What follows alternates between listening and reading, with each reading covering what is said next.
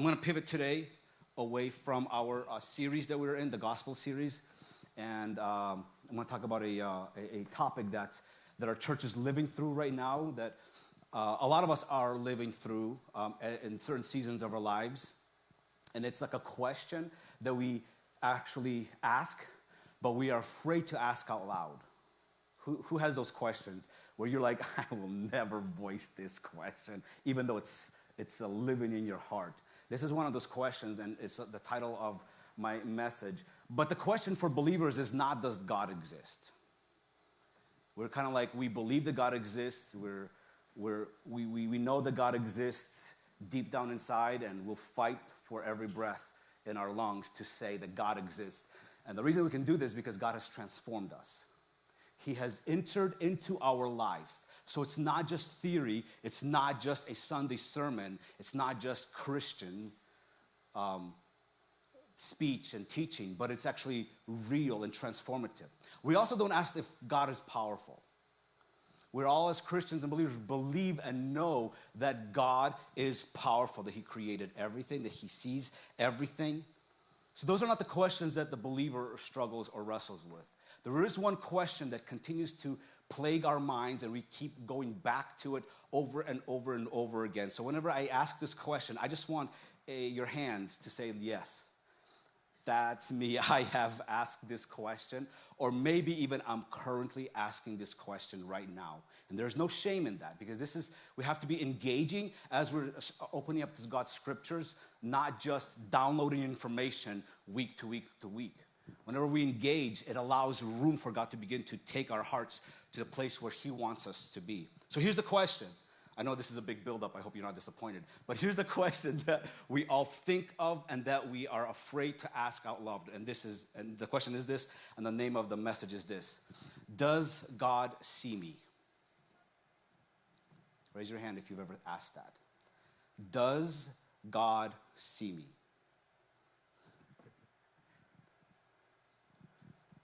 When everything in your life is good, you don't ask that question. And sometimes when everything in your life is not going so good, you may still not ask that question. A lot of times, you ask the question when you're in a place of uncertainty. When you're in a place of, if you will, confusion. Not like evil or demonic confusion, but just like you have enough information to confuse you, not to give you direction.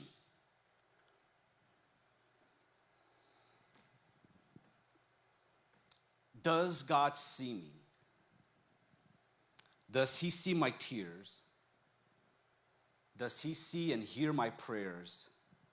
Does He know how many nights I go crying or not sleeping? Does He see that my business is failing and the customers are not coming? Does He see that one customer ripped me off? Does He see that my employees have ripped me off?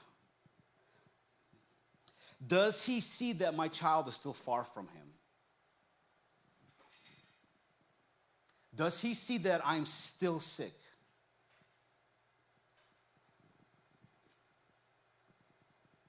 Does He still see, or does He see that my marriage is still broken?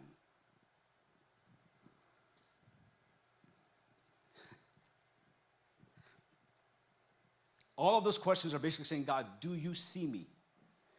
And it's a real question. And if we are really honest, we ask this more often than we would like to admit. Because Christianity is not about covering everything and pretending that everything is fine when it's not. The real relationship with Jesus allows us and invites us to ask honest questions. Because God meets us where we are honest. He's not going to address the fake version of you, except maybe to tell you, you hypocrite, you lukewarm, you double-faced. And he calls us names, like a loving father would. Don't think that He's just like, oh, I just love you, everything's going to be okay, just don't worry about it, I'll figure it out. No, He will tell you suck. He will tell you that you're not living up to what He expects from you, what He has empowered you to live up to. And sometimes we ask the question, we're afraid to speak on this topic because we're afraid that Jesus may be like, oh, you're questioning me. Who in here, just raise your hand, who has ever questioned God?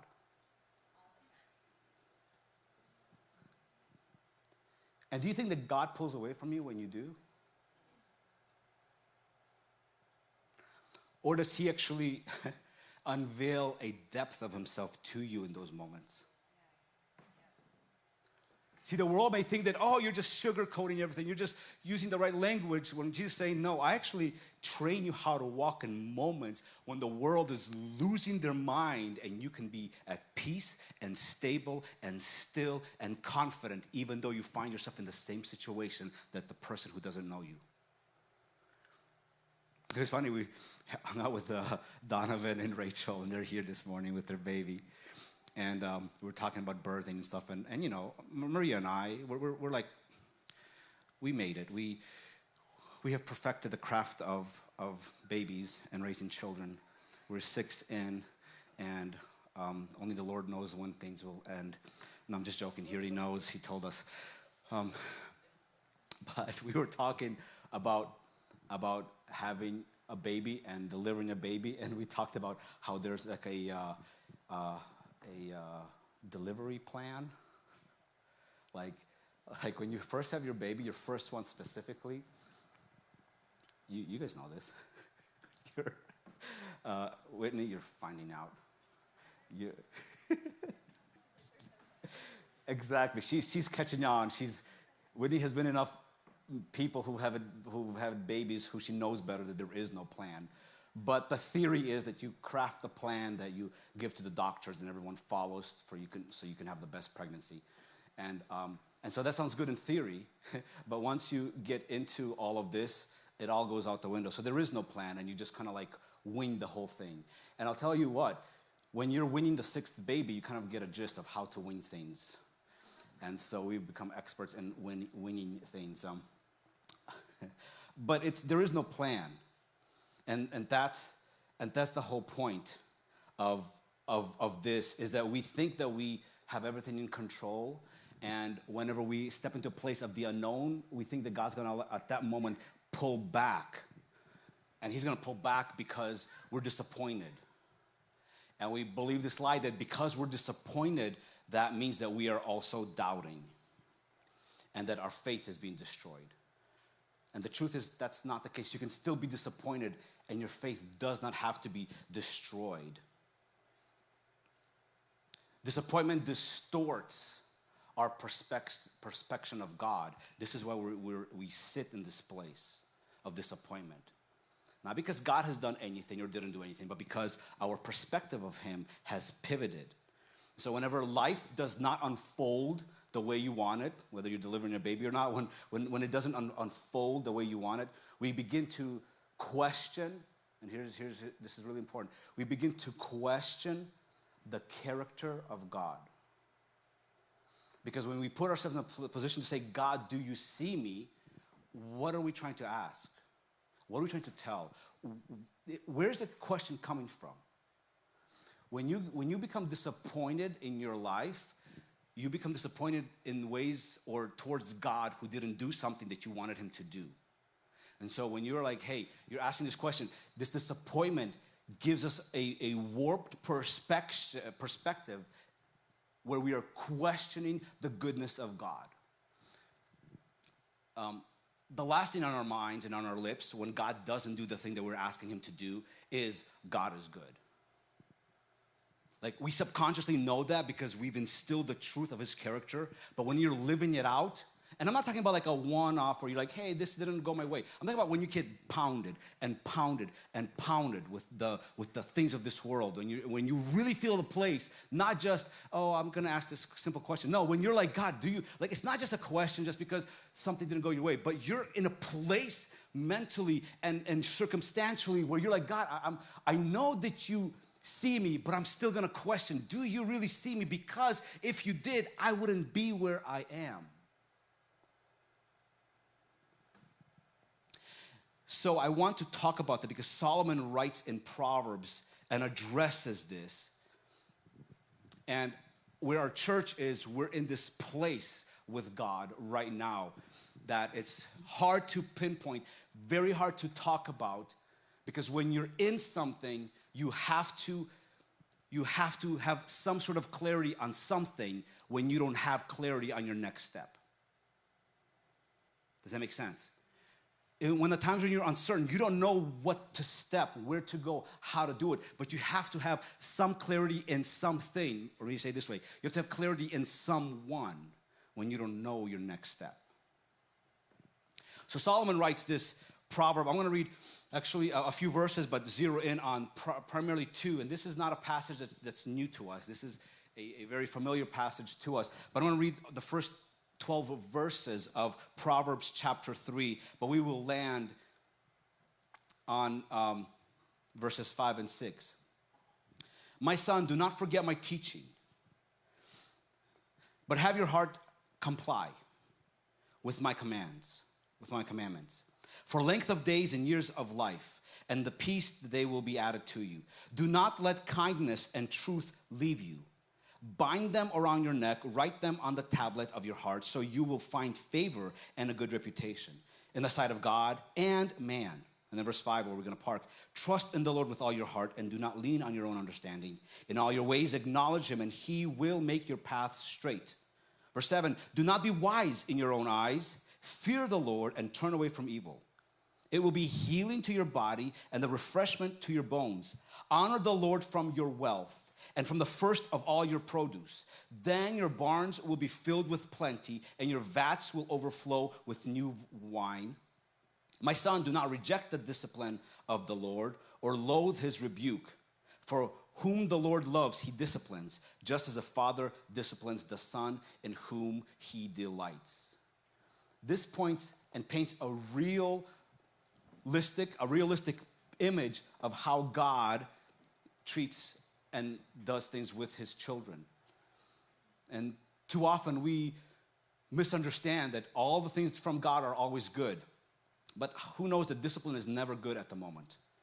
And it is like a weird thing. But I'm not going to talk about discipline today. I just want to zero in on these two verses, which, you know, just as we're just doing life in this season of our church, and even in my life and my family's life, it's just been a very tough season. The last year and a half has been tremendously difficult on so many levels. And so, you know, trying to navigate and walk through those seasons is really difficult. Because when you're doing it in public or in private, it's one thing. But then when you have to also do it in public, which is what God calls us to do, you have to do a deep search to say, God, how do you walk this out? How does this look like in reality? A lot of these sermons you don't preach until after the fact. And for some reason, I'm just like drawn to speak on the current situation, just because this is the rawest and the most realist of figuring out how does God work in moments where you don't know what's next. And the question of God, do you see me? It's like it looms over, at least over me. Just like, God, do you really see me? What about this? What about this? What about this? What about this? And God does not distance himself from the question, but he invites us into a deeper relationship. And more specifically, from the relationship, how do you walk this out? Just because you present it before God, he doesn't say, oh, I acknowledge that you've come to me. All right, now let me just walk and you're good. He goes, all right, now let's walk this difficult journey together. But we want him to do everything. God's like, no. No. If you want to see my glory, you have to trust me. But in order for you to trust me, you cannot know what's next.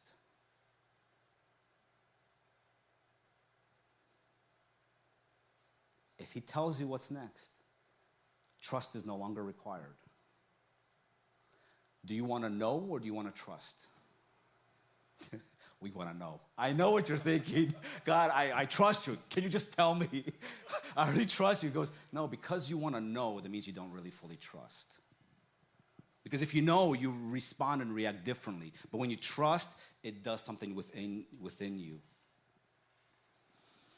So Solomon writes to people, not who have all the answers, but to people who are standing in the place of uncertainty. So when he writes, trust in the Lord with all of your heart and do not lean on your own understanding. In all your ways, acknowledge him and he will make your path straight. The Hebrew word for trust is full weight upon something. Full weight. Faith isn't just like intellectual agreement. It's not head knowledge that, hey, I know in my head. Faith is actually relational. Because when you're relational, your relationship goes like this. How God is with you here is going to be different when God is with how he is with you here. Not that God changes, but God relates. And not that he just relates just so that he's there with you, but he's trying to build something within you. And we don't trust things because everything makes sense, because it doesn't. And this is not why we trust God. This is why we don't talk about trusting God whenever we're walking through the valley, but only whenever we're on the tip top, because now we can demonstrate, look how good God was. I went through all this, now I'm here. But when you were there, you couldn't trust in that mountaintop because you didn't know when you were going to get there, how you're going to get there, if you're going to get there. So your only choice is to not trust what you know or what you see, but trust in the one that you're walking with. When your life goes completely explodes in you and around you because of the things that you have done or because of something that someone has done, and you're not sure, intellectual arguments and theology won't get you through. Your relationship with God will. Because he walks with those who are in that place. And it's, when someone's suffering, the best thing you can do is not tell them biblical truth, but walk with them. Connect with them. Cry with them. Be with them. It doesn't mean that there's no truth that they need to hear, but they need to know that you care before you want to teach them something. And a lot of times it's easy for us to teach someone whenever they're going through something. But whenever we're going through something, we're like, please don't speak to me. Let me suffer in peace. In those moments, we lose clarity. And people of God, we learn to live without complete clarity on certain things, because we know that the only thing that we can hold on to when everything else fails is clarity and confidence in who God is. And this sounds so religious, but when you have to walk with him in the darkest of moments and he shows up in the most realistic of ways where you cannot articulate in words, you just know that he was there with you. You know that you're relying on him, not on the next step. But Satan tries to pull us back away from God's character and focus on our steps so that we can lose our faith. But you only lose your faith when your expectations are not met. But when your expectations are not met, you realize that, is your faith in what God will do, or is your faith in the God who is? Those are not the same. There's a big difference between trusting God and trusting your plan to God. We want to make our plan and say, God, here you go, bless it. Instead of saying, God, here's my plan, but I trust you. And then, in a lot of cases, he'll be like, awesome plan. Oh, look, okay. Anyways, let's talk. And that just puts us in a place of uncertainty. Jesus never promises to explain himself to you. That's what we seek, but he never promises an explanation. He promises his presence. But we're drawn to explanation. We're drawn to knowing, but he's like, but I'm going to be with you. That's more vital than you understanding. John 14:1 says, do not let your hearts be troubled. Believe in God, believe also in me. Because Jesus, when was the last time Jesus tried to go into your life and be like, hey, let me explain what's going to happen to you tomorrow? Never. He's not going to explain all these things. But what he does do is he steadies your heart for tomorrow. He prepares you to walk in those places because you will be confronted in life, maybe more often than you would like, where you will not have an answer. You've beat through all the doors, you've searched through Google and even AI, and still it's not sufficient. So she's saying, like, the answers is not gonna be the thing that steadies your heart, but his presence is gonna be the thing that's gonna steady your heart when you don't have an answer. Christians are not the people who have all the answers. That's not what differentiates us Christians.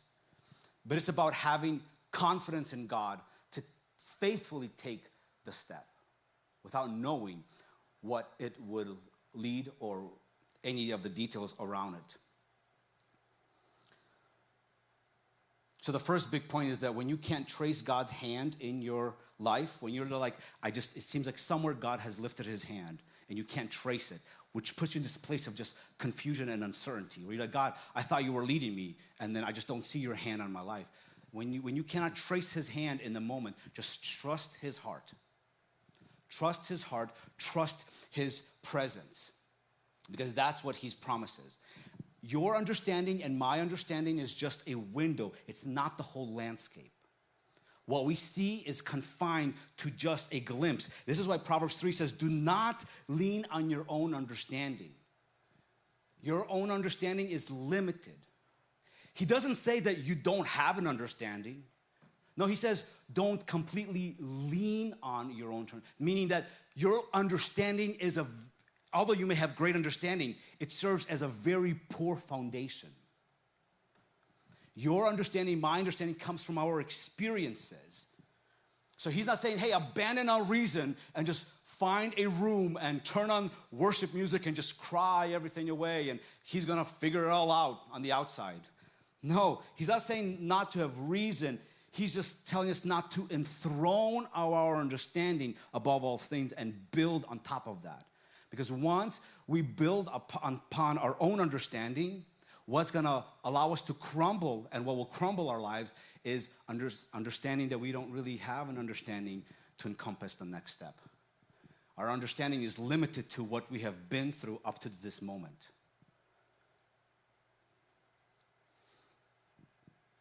Our understanding is limited to our perspective.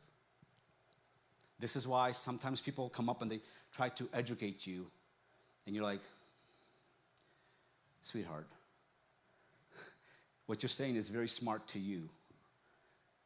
You're speaking from your own understanding, from your own perspective. But the reality is this. And we're confronted with it all the time because we always interpret our lives from the street level. This is what we see. This is how we try to walk. And God is saying, hey, if you come with me, I see into eternity. He cannot explain that to us. So we have to rely on his understanding, on his presence. Romans 8:28 and 29 says this, and we know that God causes all things to work together for good, for those who love God, to those who are called according to his purpose. For those whom he foreknew, he also predestined to become conformed to the image of his Son. He doesn't say that everything that happened in your life is good. No, not everything in our life that happens is good. There's probably a lot of things in our life where we're like, that's not good. Actually, that's not that it's not good, it's horrible. But even though that is the case, he's saying that I did not cause the thing in your life, but I will work with the thing in your life. And that's going to look different, to every person, whatever you're going through, whether you've been betrayed, whether you're dealing with cancer, whether you're dealing with sicknesses, whether you're dealing with financial stresses. Loss isn't good, but loss with God in God's hand is never wasted. Joseph, on our Thursday night, we were talking about Joseph's life story. So Thursday night we have midweek service. We started last week. It was really awesome. We just kind of hung out and sang and prayed and studied and engaged. And God really showed up in a really beautiful way. But we were talking on Thursday, which is at 5:30 in case this is like a little plug. 5:30 Thursdays. You're more than welcome to come and hang out with us. We're talking about Joseph and all the things that happened in Joseph's life.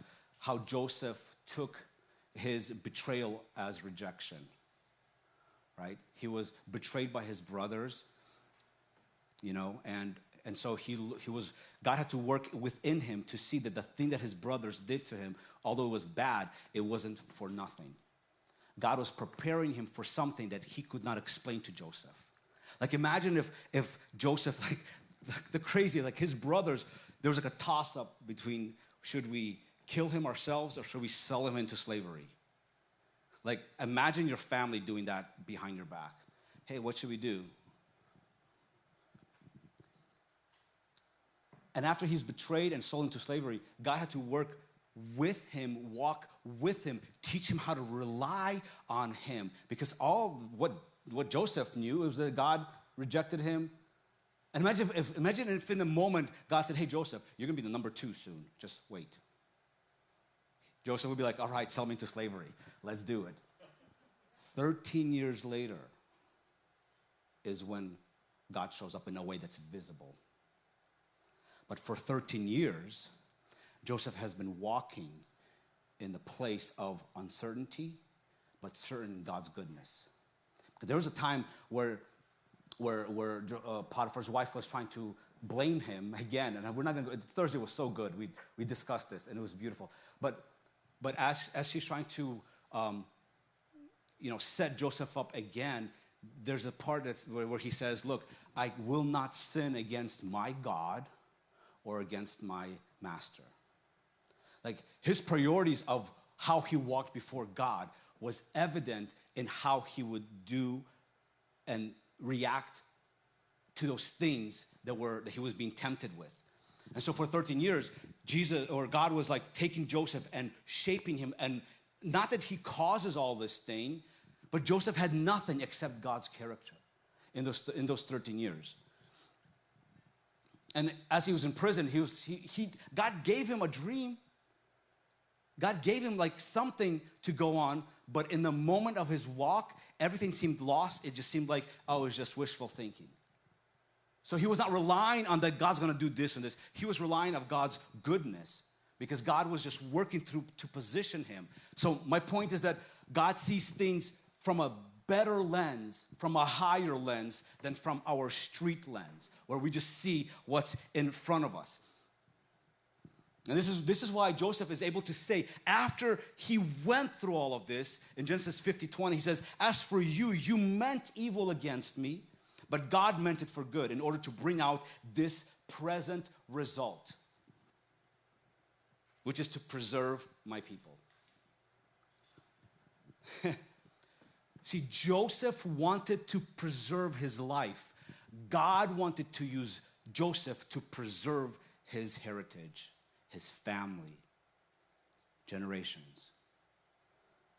No matter how good your intentions are, you and I only see what's this. This is why we have to rely on God, especially in the moment where we don't know what's going on.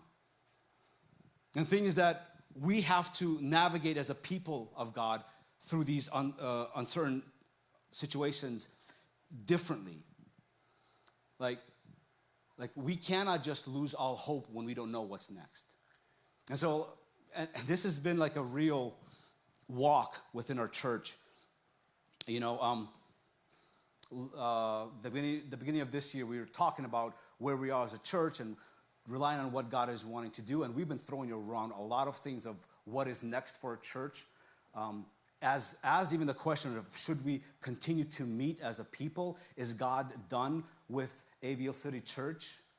And should we come together with another church? Should we just dismantle everything? And we've been talking like within our leadership team for months and months about what God is wanting to do. And we've seen like valley. We're like, okay, God, we're trusting in you. And then we go from valley to a lower valley. And then we're like, okay, God, this is maybe it. And then to another lower valley. And when you go from lower to lower to lower, it's like everything's being stripped. All your plans, all your ideas, all your thinking of what it should be, what it could be, the disappointment of why are we talking about whether we should continue? Why are we not talking about going after our city? you know? And it's like, okay, God, well, what is it going to look like? How is it going to look like? And a lot of people have left because they just don't know. There's no certainty in what's next. And I understand that. Some of you are probably like, maybe I should leave too. It's really hard to stay whenever you don't know what's next. So it's really hard to talk about not knowing what's next when you're in it. Because it is easy to say, we didn't know what's next, but then on this day, God showed up and this is what happened, and we all celebrate.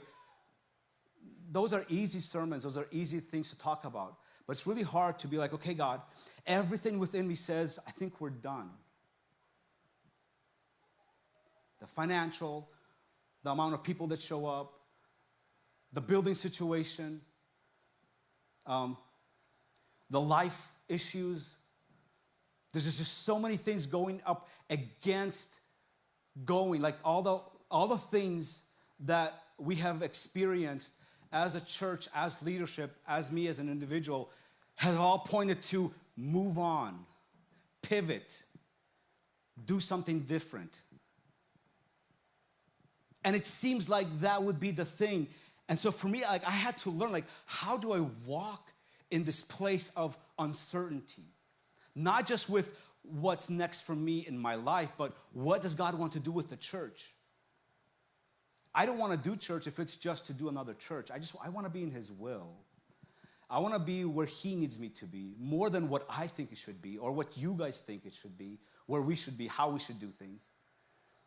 And so I'll just tell you, like, from my life, like, where I have been, it's really, really hard because there is one confidence that I have that I'm always holding on to, and that is this, that I have to do the thing that God has asked me to do, no matter how it looks like, no matter how it feels, no matter what anyone says. I have to continue course because God told me, God said this, and I cannot deviate unless and until He says something else. And in a moment of feeling like, does God see me? Because if He wants me here, surely He's going to bless it in all these ways so that we can be impactful. But when it seems like He's pulling back, it is easy to say, well, look at what's happening, so I have to make a decision. No, I already made my decision. Maria and I made the decision to say yes to God no matter what it looked like, no matter where we were. The harder part is to make the continual decision of obedience when everything around you seems to tell you, walk away, change, do something different. And it's not like you disagree with them. It's not like there's this battle. You're like, man, I'm with you. I so want to. I can't. Why can't you? I have to be obedient to God. I have to be obedient to God. And to me, like, that builds like a level of trust where I'm like, you know, God, I don't know how much life I have on this earth. So I don't want to paint what success would look like except to say, well, whether you believe me or not, He obeyed Him. Whatever He said, He told him, He obeyed Him. That doesn't make things easier, but that does give me a sense of confidence that is not shaken by circumstances. Because I'm telling you guys, 96% of churches close down, and we can be one of them. Or we can pivot. And so I want to just like tell you where we are as a church, because we, you know, it's easy to talk about vision when things are moving forward, when you know your next step. We don't know our next step. And some of you are not okay with that. So you have to make peace with whatever you feel like God is leading you to do. But we're in a place we don't know our next step, and so we're like, okay, God, we're just going to be here with you. And what does this look like? This looks like being faithful. It's so hard. It's easy to be faithful when everything's good, but it's hard to be faithful when someone cheats on you. It's hard to love the enemy that stabs you in the back. It's hard to be patient with someone when you've been patient for months and months and months and months. It's hard to even celebrate with people when you see God's hand in a visible and powerful way, and then you go back to your corner and you're like, well, God, do you see me? Do you see us? Or are we like in this hole in Asheville that we're just doing things and going through the motions?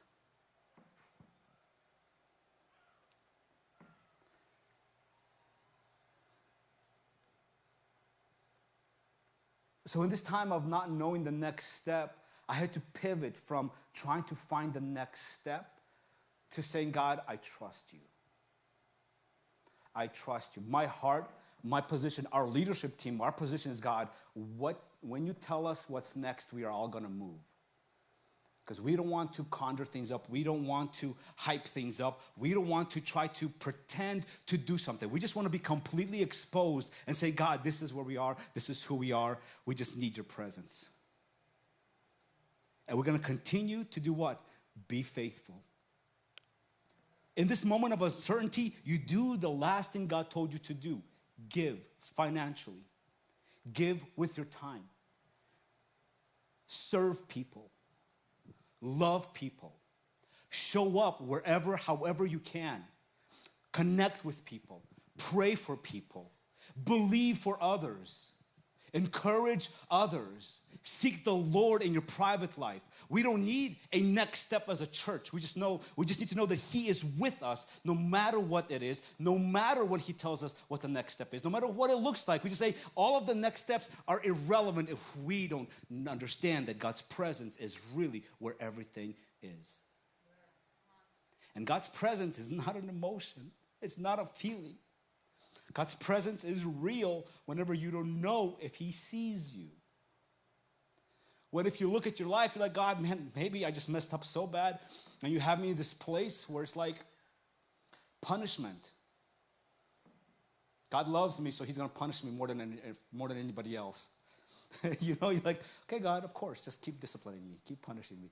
But it's not that. It's being uprooted from knowing what's next by saying, God, I'm just going to sit at your feet. The story of Lazarus, right? Jesus delayed on purpose. Like, think about it. Jesus delayed on purpose. His delay was not from His perspective, but from Mary's and Martha's perspective. And from everybody else's perspective. But from Jesus' perspective, he was not delayed. He purposely said, let me not just heal you, I actually want to resurrect you. If He would have showed up on time, He would have just been Jesus who healed Lazarus. But instead, He became the Jesus who resurrected Lazarus. What does that mean? It means that you trust. That you trust. That you trust. So we have to navigate these things differently, because in this moment where you don't know, prayer becomes your oxygen. God's truth becomes the thing that you hold on to for dear life. Because those are the things that are most surest, the most certain, are the things that God has said, the things that God is doing. And until you hear His voice, you don't move from the previous thing that He told you. And it is so easy to move when everyone is nudging you to move. It seems right. It feels right. It looks logistically and practically right. But deep down inside, you're like, I can't. And then you go, God, please let it not be my pride. Like, I don't want to hold on to something and pretend that it's God when it's actually me. Those are real conversations. Like, I'm going to pretend that it's God, but really it's me. Where you go, God, is it me? It cannot be me, because I would just walk away. But it has to be you. So I'm staying because you. This is what I said yes to. In marriage, for better or for worse, how worse will it be where you're like, this vow, I'm going to take it back. I meant worse, but not worse. This worse, but not this worse. That's a relationship.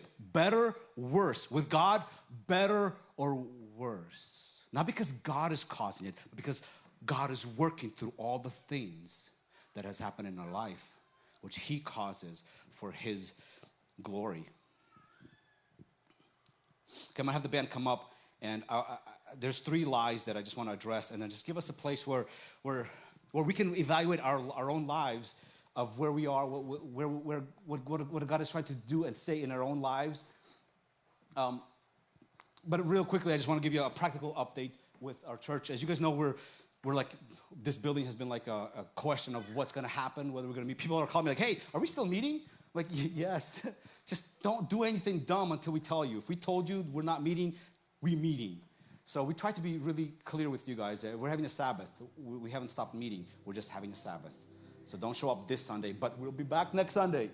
So we try to communicate. So no, we have to be obedient to what God says, no matter what or how. So as we are like in a place of just relying on God, we just continually see his hand in just nudging us to be like, hey, reminders, I'm still here. I'm still speaking. I'm still working. I'll give you 2 quick examples of how that's happening right now. We have been looking for a building and are still looking for a place. We need something at least 10,000 square feet or more, but at least 10,000 square feet. Doesn't matter the condition of it, of the building, but it just has to be that, and we can do whatever we need to do in there. So if you know of anything, please let us know. Whether to buy something or to long-term lease where it makes sense, like just keep us in mind. But as we're connecting and trying to figure out, hey, what about this? What about this? What about this? One way that God continues like to remind me and our team, because I say this when I see God's hand, I tell them because I'm like, look, this is what I'm seeing in real life. I would say 9 out of 10 conversations that I have with people who have some potential building or whatever. Okay, what will happen is this. I put an inquiry about something.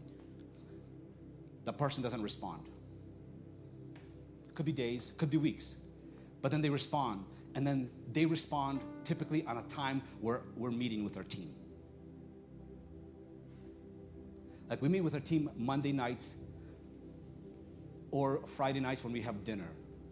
And those who know, the executive team or team leaders, that it's like, hey, today this person responded after weeks of silence. 9 out of 10 responses have been right on the time that we're meeting with our team. So for me, I'm paying attention to that. I'm like, okay, God, that's very interesting. This building, they basically want to double the cost for us to be here, which puts us in the place of we can't afford to be here. And so we've talked with options about them, like, hey, can you guys do like a month to month or whatever? And they're like, yeah, we can do a month to month, but it has to be full price. And we're like, okay, well, that, I guess that's an option if we need to be here for another month. And we've been going back and forth. And I just want to tell you where we ended up landing like this last week is basically they came back and said, actually, we will do a month to month while we show the building. And how it all ended, we still don't really know, but we kind of landed to where we're only going to pay $100 more a month than we have been as we go month to month. So again, it's a step, but it's not full because we don't know if we're going to be here for a month, 2 months, 5 months. It's like we have to be like, God, send no one here. If that's what you have faith for, God bless you. Or God is setting something up and he's extending our time here until the next thing, until the next step. So we're praying, we're believing, we're pressing in. So there is uncertainty in what you see, but there's not uncertainty in who God is. And so for us, this is a place and a time where we're like, God, we're trusting you. And it's really cool because our executive leadership team is like, we're all there. We're like, God, if you tell us to do this next, we're going to do it. That's the best place to be because we're not driven by our own ambition. We're driven by what God has because God knows what's going to be next year, 5 years from now, 10 years from now. And I just want to remain in that state of obedience with him. So when life doesn't go according to plan, we begin to believe 3 lies that I want to address as we're wrapping up. And we will do one more song. So if you guys need to go grab your kids, you're more than welcome to kind of grab them. But the lie number 1 is God doesn't see me. So the question is, does God see me? Yes, he does. Yes, he sees you. Isaiah 49 says, but Zion says, the Lord has forsaken me and the Lord has forgotten me. Can a woman forget her nursing child and have no compassion on the son of her womb? Even these may forget, but I will not forget you. Behold, I have inscribed you on the palm of my hands. He's inscribed you, and talks about, to me, like I connect it to the crucifixion. How can he forget the person he died for? How can he forget the person he bled for? Meaning he cannot. Second lie is that God is late. God is only late based on your expectation and your timeline. So just because something is delayed, it doesn't mean that it's denied. It just means that it's delayed in your perspective. So you have to go back to the place and say, God is never late because he knows all things. This is why when I mentioned Lazarus in John chapter 11, Jesus tells them, he goes, look, I am glad for your sake that I wasn't here for Lazarus. He says, I'm glad that I wasn't here to heal him because I really wanted to be here to resurrect him. Like, wow. They're weeping and mourning and going through the funeral, and Jesus is glad. That's why we have to trust him, not in what we see. And the last point I want to leave is this, that your story, the lie is basically your story is over. You've lived your life, you've made your mistakes, and now you're just laying in the bed that you have made for yourself. I love the saying, which is true, which is like, if you still have breath in your life, in your lungs, that means that God is not done. He's not done. Doesn't matter how bleak it looks. It doesn't matter what you're navigating. Your life is in God's hand. And if you're still breathing, that means he's not done doing. So this is why no matter where we are, we have to continually surrender. God, I am here. I know you're not done, no matter what my life is, no matter how old I am, no matter my physical condition, no matter my bank account, no matter how many times I've messed things up. None of that matters because God is not done. He's not done with you as an individual. He's not done with your family. He's not done with your children. He's not done with this church. He's not done with Asheville. He's not done with the lost. He's not done with the Republicans. He's not done with the Democrats. He's not done. He's not through. And so the real question then is, God, where do you need us to be? Where do you need us to be? And I know I was a bit raw with you guys and maybe scaring some of you guys off, but I'll tell you right now, my greatest prayer for you is to get so close to God that you know the thing that he told you and you are going to cling to it until your dying breath. Like if you and I can be there, that's success. That's contentment. That's fulfillment. That's walking and being aligned with God. You cannot have greater success, greater sacrifice than learning and trusting him with each and every step. So I just want to close your eyes where you are and just connect with God. If he's saying anything to you in your heart, release it. Be confronted with it. Maybe you've placed your trust in your money, in your job, in your family, in the outcomes that someone else maybe has dictated or expected from you. Maybe what you need to do is to say, I don't know what to do. I don't know how to do it. All I know is that God is with me and I am with him and I'm going to trust him. And I'm willing to go down this journey of not seeing the things that I want to see as long as I am with the one who has made me, who loves me, who has died for me, and in him I find completion, satisfaction, contentment.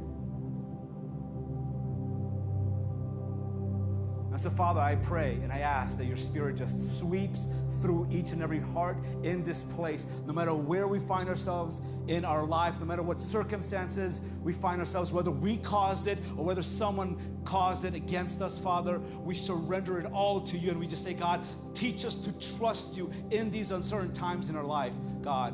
Help us to celebrate that we trust you when things are good, but teach us and train our hearts not to lean and to rely on our own understanding, but to acknowledge you in all things. Because you will make our paths straight. You will fulfill and be faithful to what you have promised. Teach us to submit to your word. Strip everything away from us, Father. God, in this moment, just deal with our hearts. Deal with our hearts.